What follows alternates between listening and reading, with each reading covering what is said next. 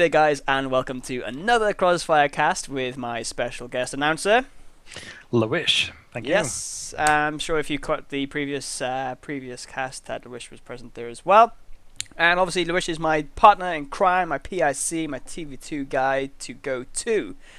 But without further ado, I think we should get this replay right underway. We'll do the introductions as we're doing it. So I'm going to unpause the game in 3, 2, 1, and unpause. 8, 9, and 10. So this game was sent to me by SuperFlu. He very graciously added me on Steam to say, you're cool and all that, and can I have a cast? And I said, yes, of course you can. He is a veteran of Vanilla Company Heroes, level 13 I believe he said he was. So he knows what he's doing. He knows what he's doing essentially. But we'll have a look at this replay. We'll see if we can pick up any pointers for either himself or his opponent, and go from there. So, Mr. Lawish, what's your views on Langreaska? I kind of find it interesting to have a port from COH1 to COH2, since there are a lot more strategic points in COH1, as we can see in this map, which will also have an impact on how much fuel and munitions you are able to get. Yep, obviously every strategic point gives you an additional income for both fuel and munitions. And we see that SuperFlu has gone for this far right-hand point, but unfortunately this point isn't actually going to connect him. So unless these first Grenadiers are going to come and take this point here, then this capping up won't be any good just yet. One of the interesting things to note on this map is this central VP. I'm going to show you on the tactical map, because it is fantastic at keeping your territories connected if you don't have your major cutoff. The major cutoff point being here, and also being here. But obviously if you have the victory point, it will connect you, so that's happy days. We see a rather standard Grenadier and MG opening from SuperFlu. This is something I use personally myself as well. And he really just needs to control. He needs to make sure that he can get this victory point, this middle VP, and defend this cutoff point at all costs. I've seen some great play with MG bunkers. We'll see if he can replicate it. But we have our first engagement now. The conscript's going to charge on in to get the yellow cover from this small haystack. The MG is going to be able to come up and set up right behind him, though. He will be able to force off this conscript squad in no time. One guy does go down. He does crawl around in pain on the floor, and as soon as they get suppressed, very rightly so, Adrian just backs them out. I tell you what, I've forgotten to do. I put the playlist on. There you go, guys. Adrian UK is our opponent playing the Russians today. And we can see in the bottom now, the Pioneers are doing a good job of just capping up. So it's a good start to go and actually cap this point first of all, and then your second unit is going to cap at this point, because this is so much closer to your base, and this one is further away. If you do that, then by the time you've capped everything up, it should sort of just work itself out.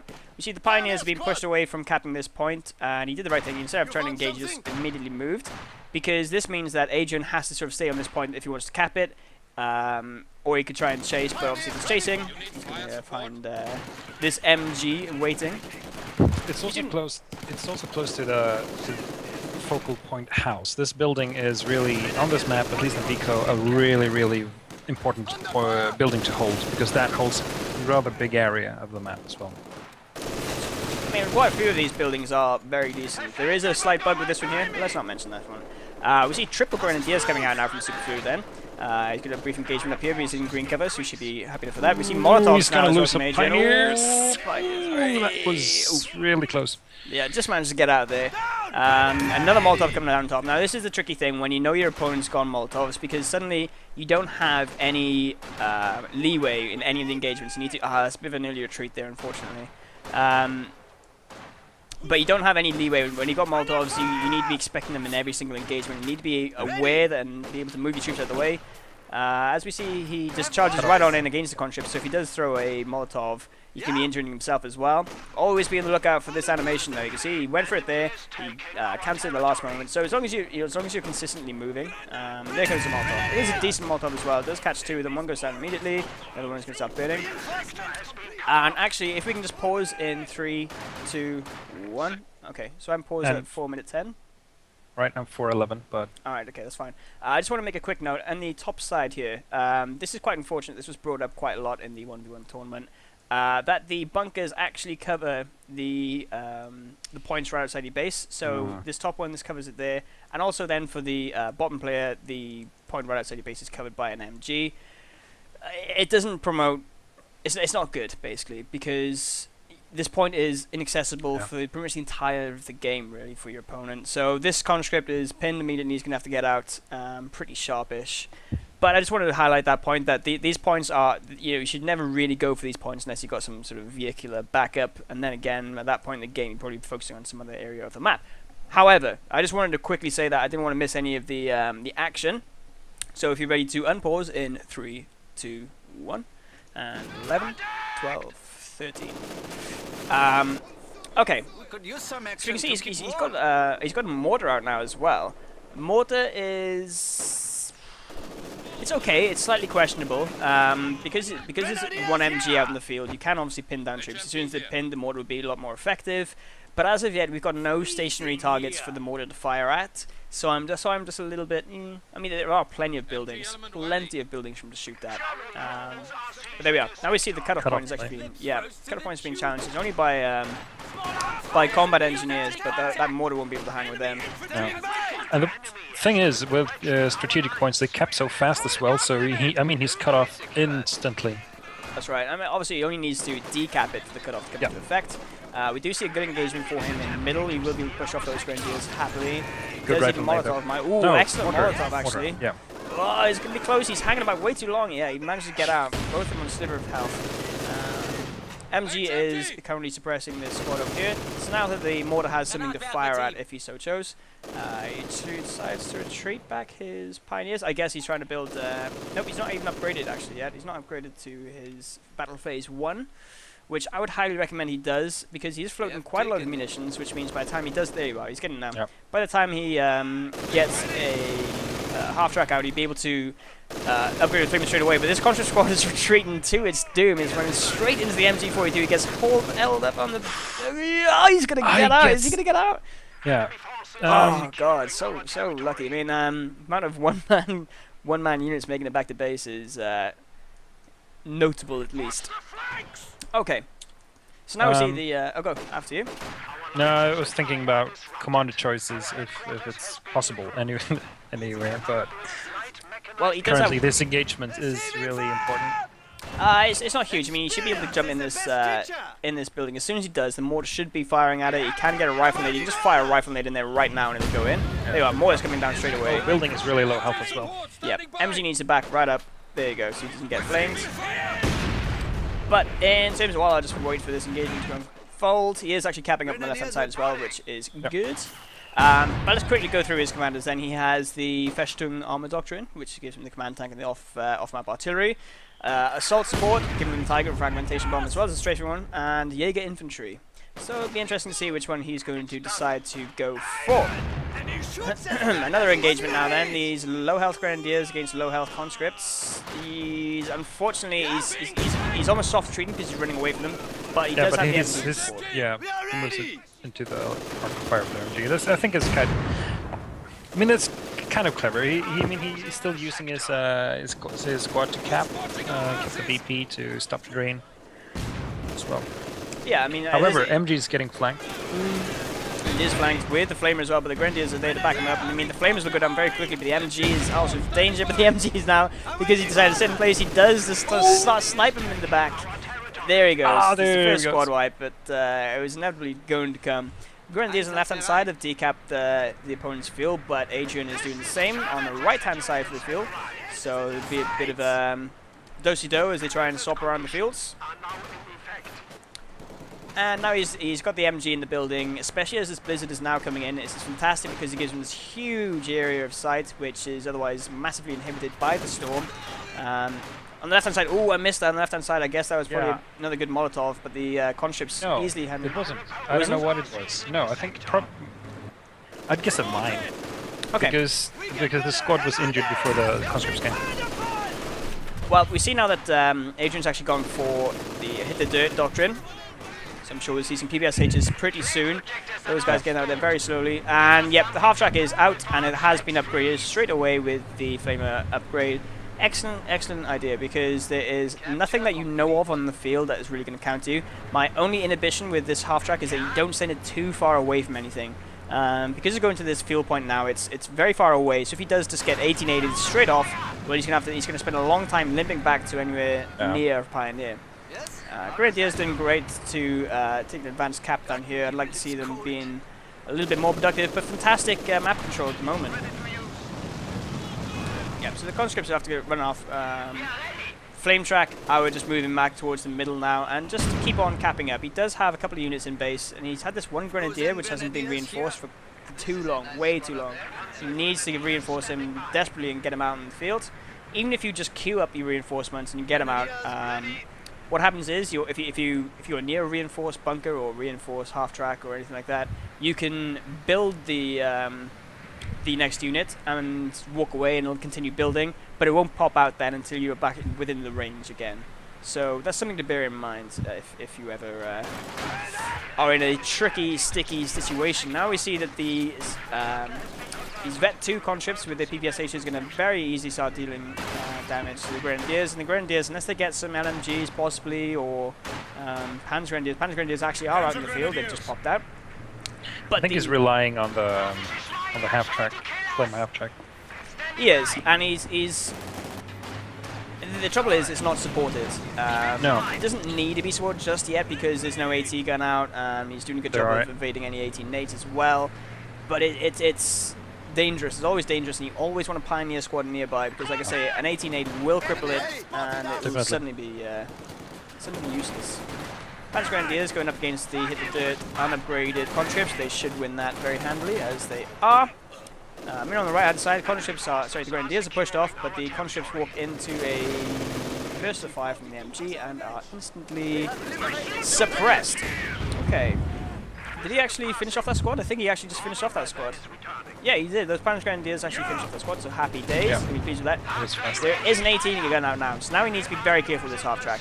He needs to, yep, there you go, look, one hit and it's done half HP. He quickly pops smoke and just backs right on out of there, which he needs to do, and he's luckily hit Veteran 1 as well. But just keep backing that right on up, get it some Pioneers on it as soon as humanly possible before we can get back in. Now the Panzer Grenadiers are in a lot of trouble.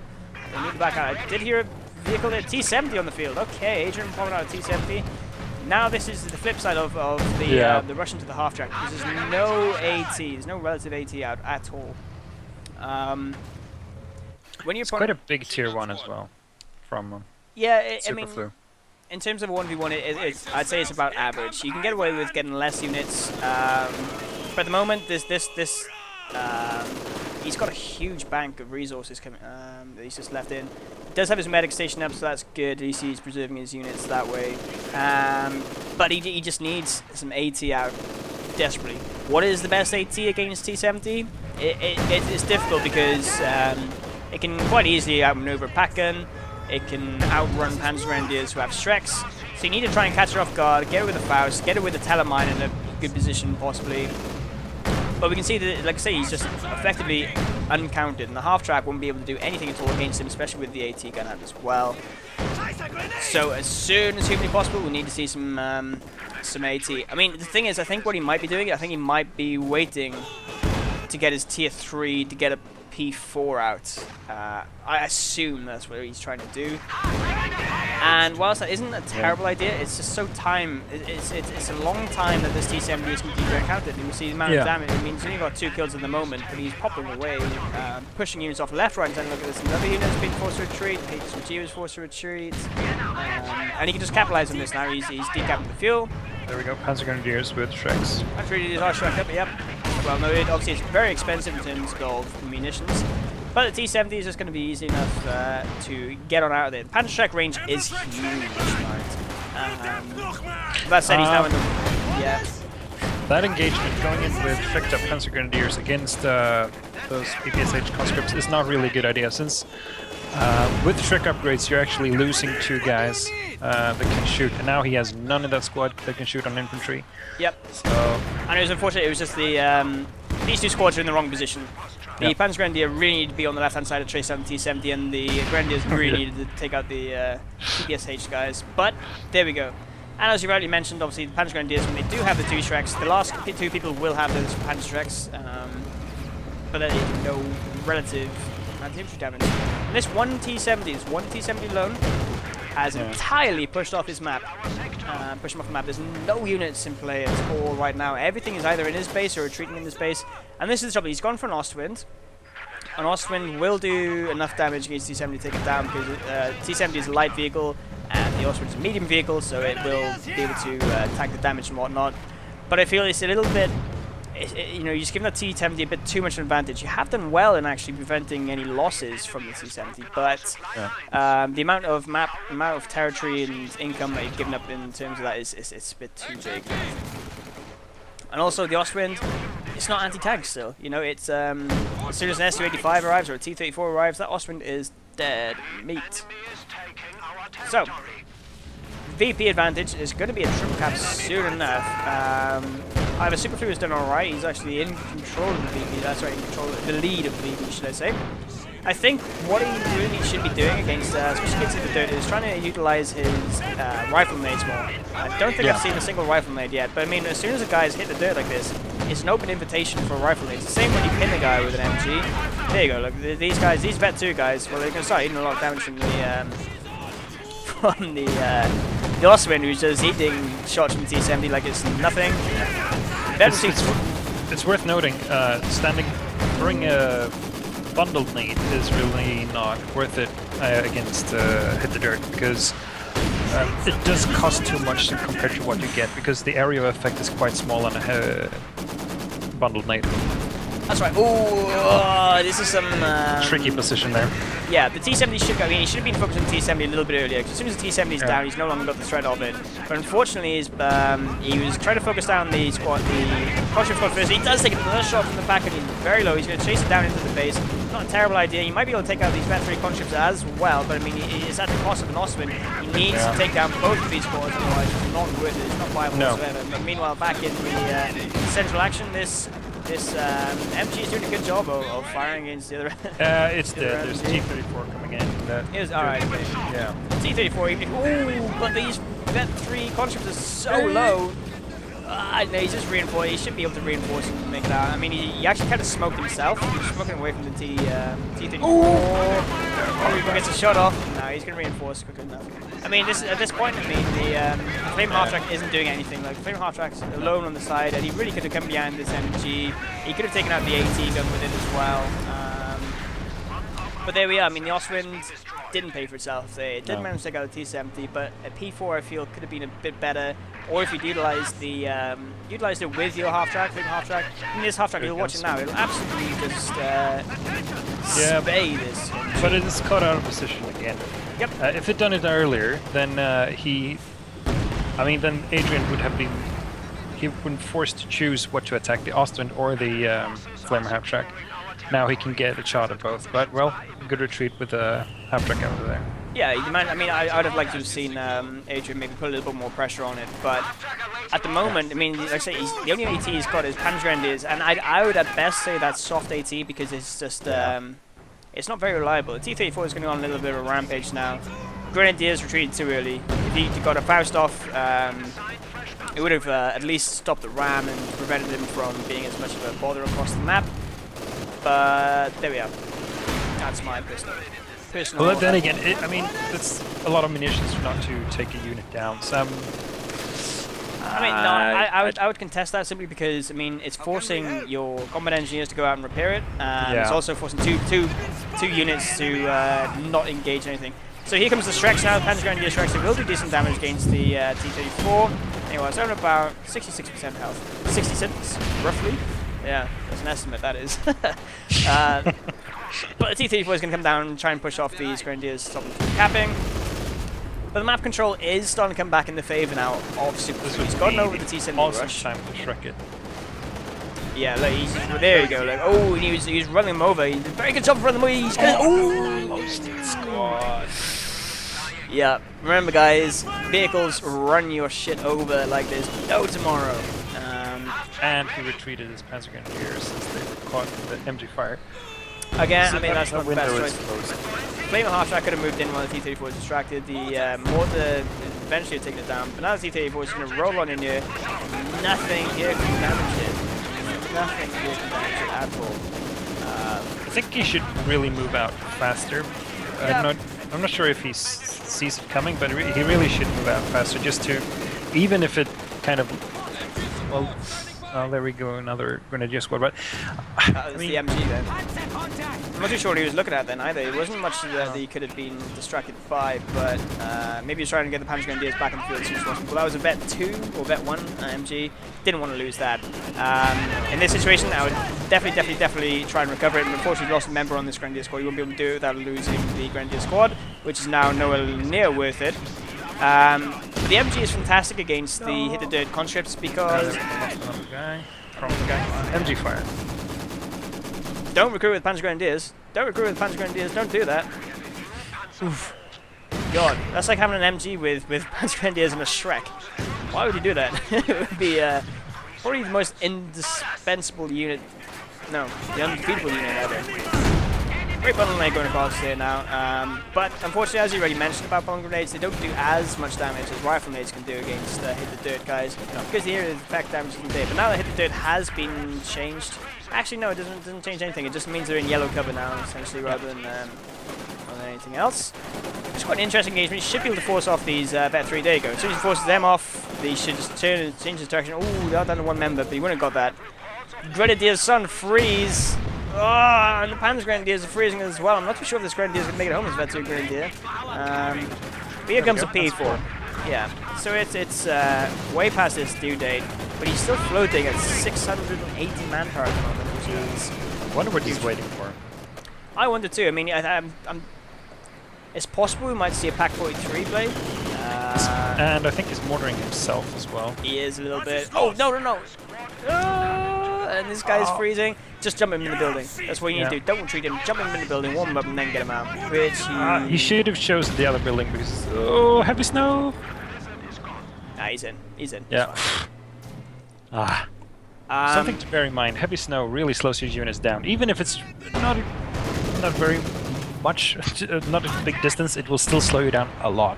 Yeah, and the other thing as well is you can blow away heavy snow with artillery strikes. I don't know if anyone physically does it like with the intention of just... Oh, Mortar squad went down. Mortar squad went down. I think he froze.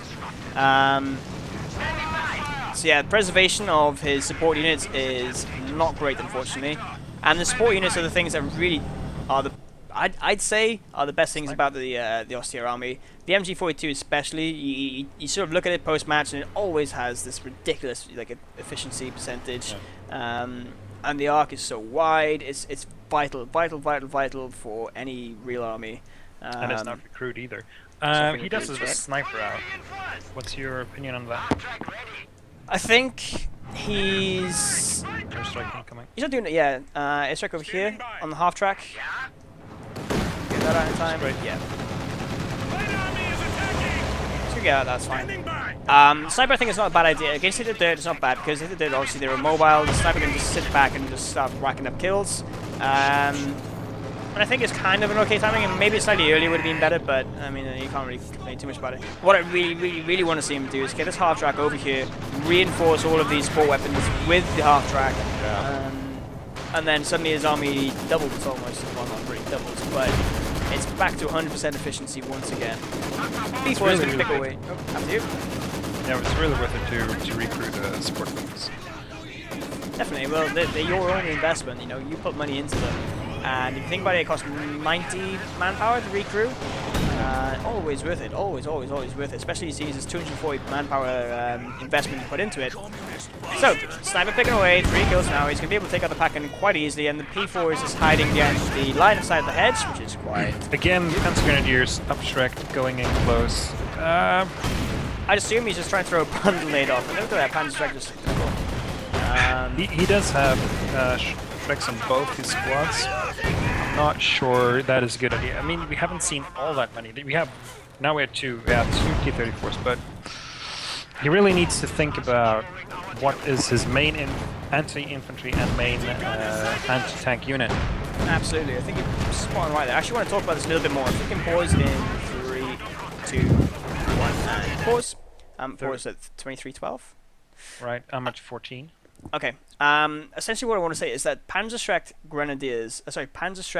Grenadiers are fantastic against Su-85s because Su-85 does relatively low infantry damage, and you're easily obviously it's an assault gun, so it's very slow in maneuvering as well. So you should be able to get some decent shots on the side armor and rear armor of it.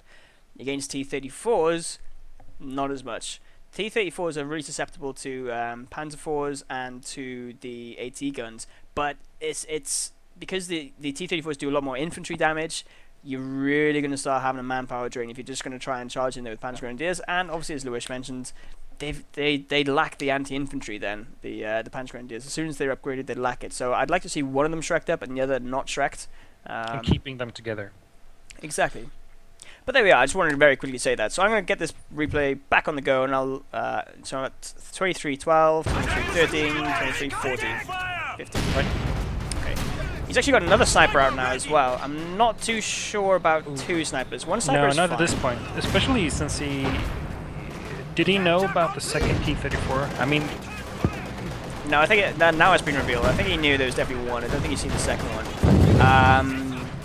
I'd much rather see some sort of bunker play, maybe possibly even getting the Pack 43 emplacement down.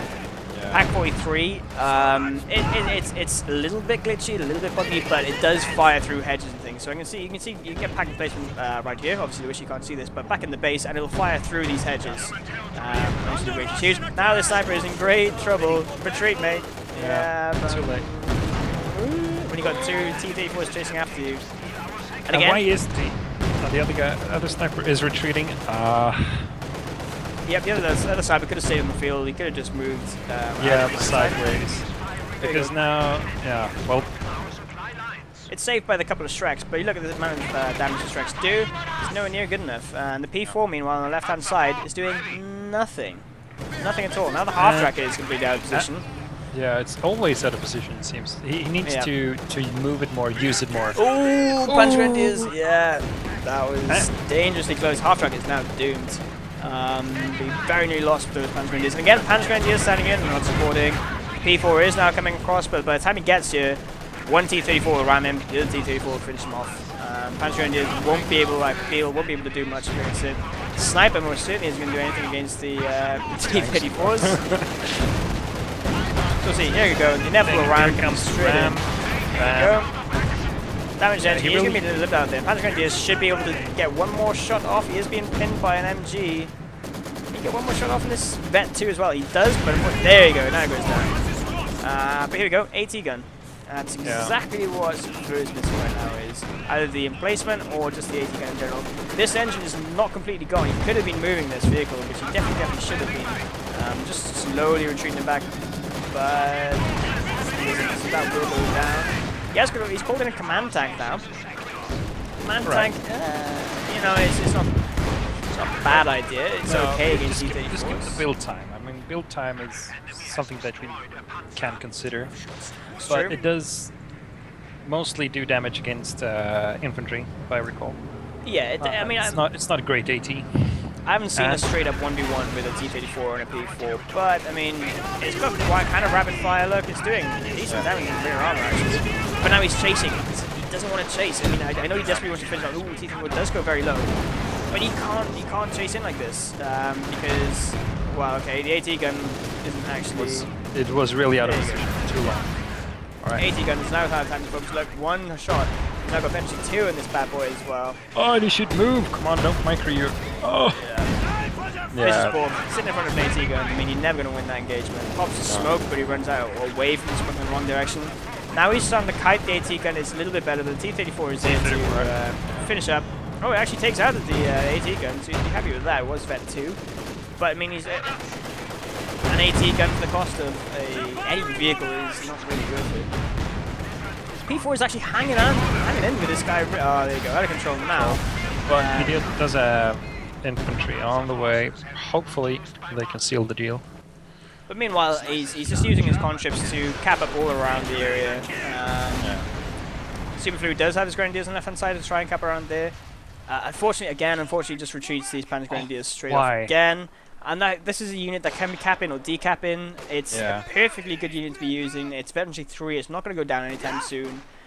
it's just unfortunate. He needs to sort of. And he needs to. He wants to reinforce them, but Panzer Grenadiers are a pain to reinforce. They're so expensive. 45 manpower each. Yeah. I think the most expensive unit. No wait. How much is a shock troop to reinforce? I can't remember. But the sniper is actually going 1-1. Oh! You see that? The sniper taking down the PPSH conscripts. They were right next to him. There we go. Now the C-34 is going to go chasing. I feel. Yeah. Yeah. Grenadiers. Something that really should be noted: if the Soviet have at least somewhat success, there we go. Right. Yeah.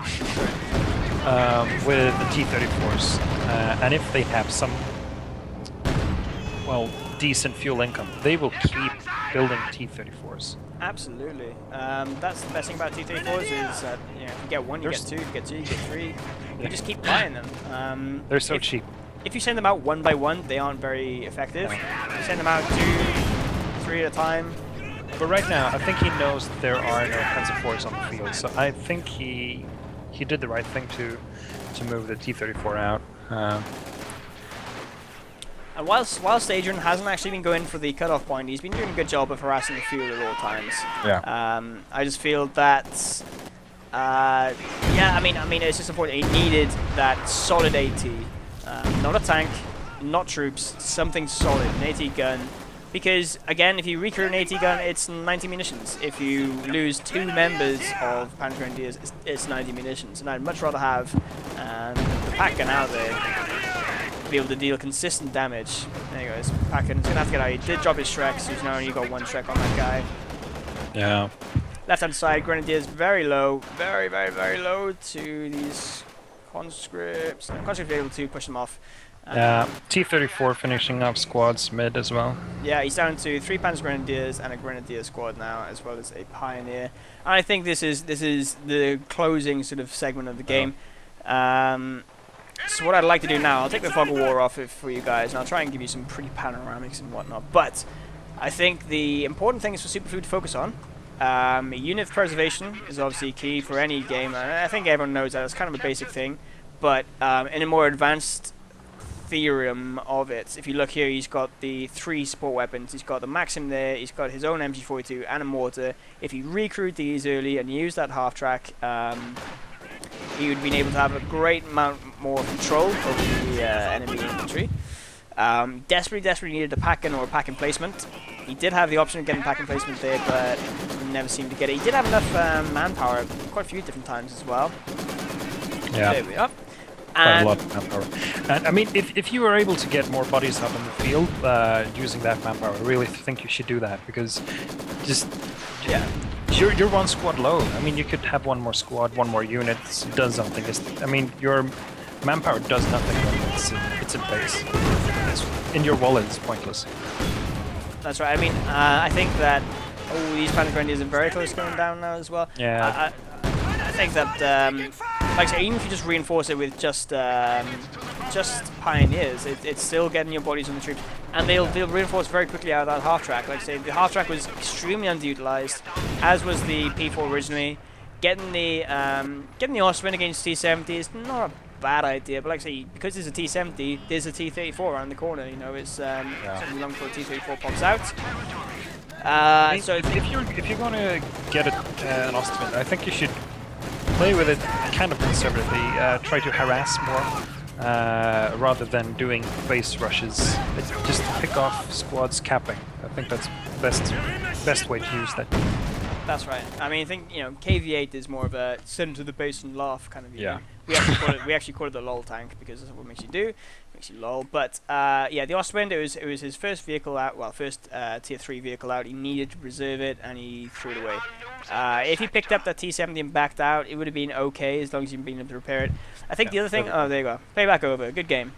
I think the other thing as well to make a note of is when you get towards mid to late game, you'll always find that 1 engineer or 1 pioneer won't cut the mustard. It won't be able to repair all your vehicles. It won't be able to get capping points. It won't be able to do enough OPing up as well. So all these things, it's not going to be able to do. Whilst I'm talking about that, something I really wanted to mention as well, which I neglected to when I paused earlier. So these points are covered by MGs. this point here and this point here. So if they're covered by machine gun bunkers, that's a very, very, very safe OP. You can OP that up straight away, and that's probably going to be a whole game investment, you know, unless you're losing extremely badly and you're base pinned. But that's just something for you to think about as well. OPs, especially as Germans, they really pay off. You'll find that if you go for a bit of a shorter tier 1 and get an OP out fast, it's really beneficial, I feel. Yeah, to get the fuel as fast as possible, getting tanks early. Also the munitions. Austria tend to have quite a heavy munitions-based. Doesn't matter how they play, they really need munitions most of the time. That's right. I mean, you know, rifle nades are obviously very expensive, as are it's the upgrade for the half track. You know, Shreks, everything's expensive. So whether it's fuel or munitions, that's down to your play style, I feel. But there we are. So, like I say, main points to focus on: recrew your guys, look after your half track, and what was the other thing? Don't throw units away, I guess. Oh, Pack 43s are replacements. That's your best defense against. Okay, there is the argument that the pack gun for the Austria isn't as accurate as the Soviet, and also doesn't have the barrage. Very true. I can't contest those arguments. And you do find there's a lot more misses with the pack gun. However, the stun ability that the pack gun has at Veterancy 1, huge.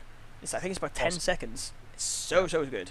It's excellent. But there we are. Fantastic replay. SuperFlu, thank you very much for sending that in to me. I have been Krozzfyre. And I have been Lewis.